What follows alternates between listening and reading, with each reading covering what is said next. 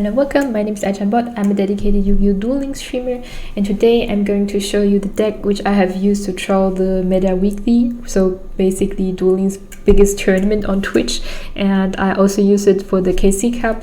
So the most videos you saw from the Mad Lad compilation where people suicide into my Cyber Edge is actually with this deck here, and that's why I got a lot of requests to show how this deck actually works and to explain it. That's why we are here.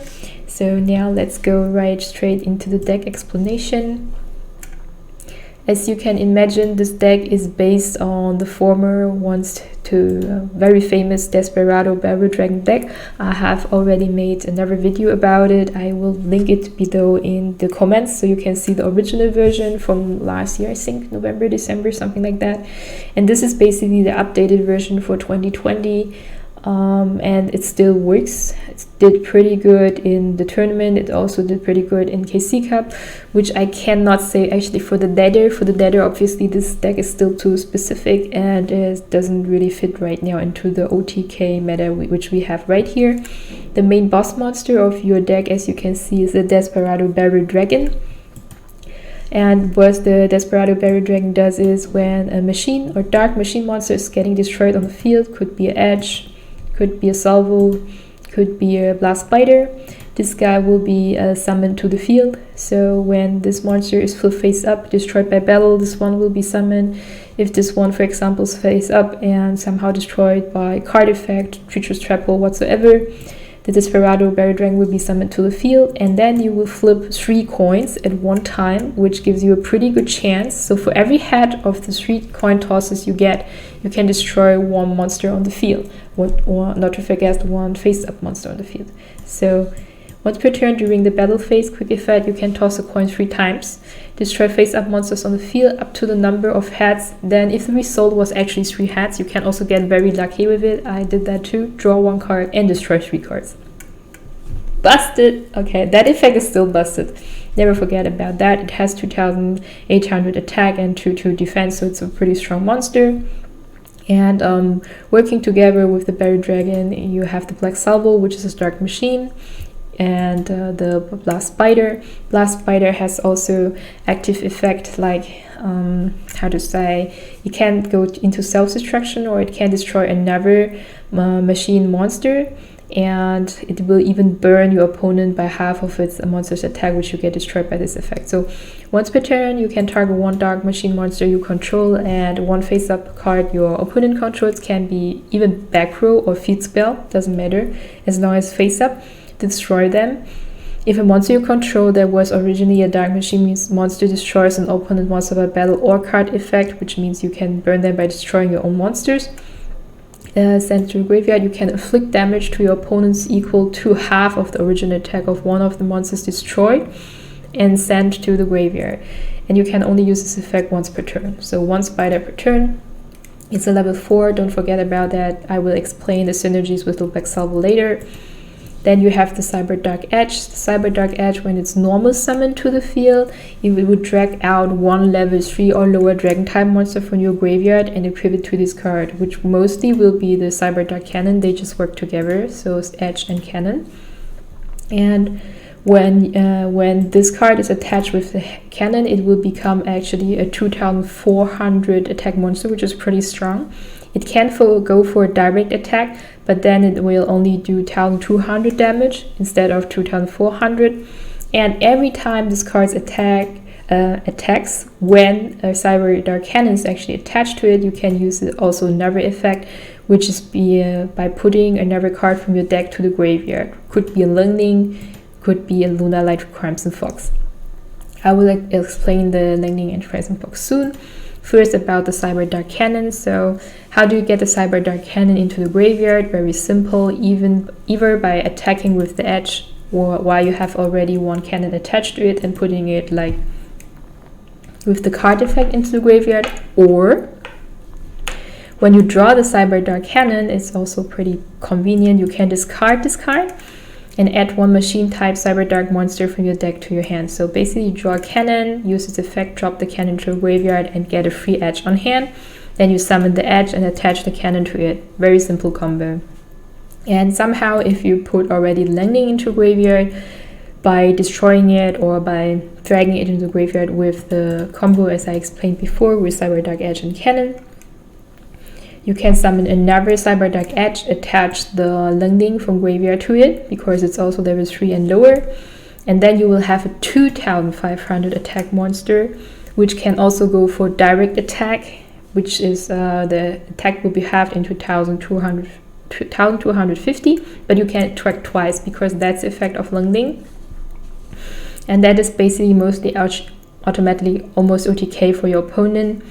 Then you have the special sauce in this deck, which is actually the Crimson. I have already the smile when I see Crimson Fox because most people somehow didn't expect that special sauce in this deck. So what most people in the KC Cup or during tournament did was like attacking into the edge, thinking I have only one fox or something and I already put it into the graveyard, and then you have a second fox. So if this card is sent to the graveyard by card effects, which is Cyberdark Edge combined with the Cyberdark Cannon, if you attack or getting attacked, you can put this card by effect into the graveyard. Then you target one monster on the field and its attack of your opponent becomes 0, and they go into 2400 Cyberdark Edge. Mostly they kill themselves just by doing that one time, but some people need to do it 2 times to understand that you should not attack into edge with a cannon attached to it. It's a bad idea. Then I have the Card of Soul, which is working actually together with the LP Boost Alpha. So this Card of Soul will help you drag one card, one monster card from your deck, whose sum of attack and defense equals to your life points. So 2800 plus 2200 is important, makes 5000. That's why you have LP Boost Alpha, because LP Boost Alpha gives you exactly 5000 life points at the beginning of your game. And if you stay untouched, you can just use a Card of Soul until you have less life points than 5000. Then the Card of Soul's uses cannot work it anymore. I also use 2 Void Trap holds in this deck because it turned to be out that most people are play special summoning some kind of strong monsters to the deck whose attacks are over 2000, and Void Trap hold will just destroy them and negate their effects, so nothing happens to them. It's just straight sent into the graveyard when they're summoned, which is pretty helpful. Some people run instead True Nade or Chain Disappearance. I approve of both. I would do it too, depending on the meta right now. And now the last special sauce in this deck, I would say, is actually the Black Salvo. The Black Salvo helps you synchro summoning because it's a tuner. It's a level 3 tuner, and plus the level 4 or the level 8, you will get different variants of level 7 synchro monsters or even a Star Eater, which is level 11. And why Black Salvo helps you special summon or synchro summoning is because when this card is normal summon, you can target one level 4 dark machine monster in your graveyard, which is Spider and the Edge, and special summon that target in defense position, but its effects are negated, so Edge cannot be used, Spider cannot be used by its active effect, but you can synchro summon then into a level 7, for example, Black Rose Dragon, and destroy the whole board. You can summon a Karaguri Shogun and put the attack monster of your opponent into defense position or flip them face up if they are not face up yet. You can use the Cedar, also level 7, banishing special summon monsters in attack position, or you can use Samurai Destroyer to negate your opponent's card effect. So this is actually a Crusaders Destroyer.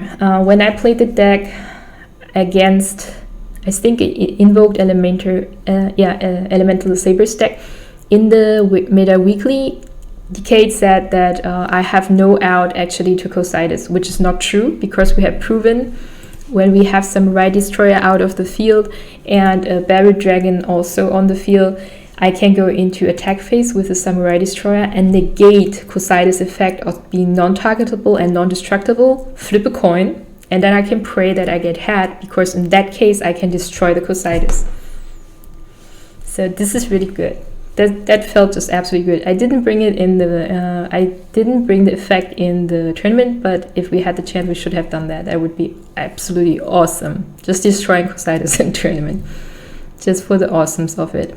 And then there's a Star Eater. So when you have a level 8 Barrel Dragon out there, you can also use it with the Black Salvo. For example, when it's Fiendish Chained, you can use a Black Salvo and the Desperado Barrel Dragon to fuse it in Synchro Summon it into Star Eater. The summoning of Star Eater cannot be negated, which is also helpful. And when Synchro Summon card and cards cannot be activated, if this card attacks is unaffected by other cards' effect until the end of the damage step. So it's pretty strong too on itself, the Star Eater. I would say the last sauce in this deck is actually the Arcana Force, which we also used in the deck before with Desperado Dragon, which most people forget. If a Desperado Dragon gets destroyed, you get 1 free pull, and that is going to be the Arcana Force Temperance, which will help you survive 1 turn, and you take no battle damage. Also, you can tribute summon it, but usually we just keep it in the hand like a special version of the Kuribo. But that one works better with the Desperado Dragon, because when Desperado Dragon gets destroyed, you can just pull Temperance out of your deck and be happy.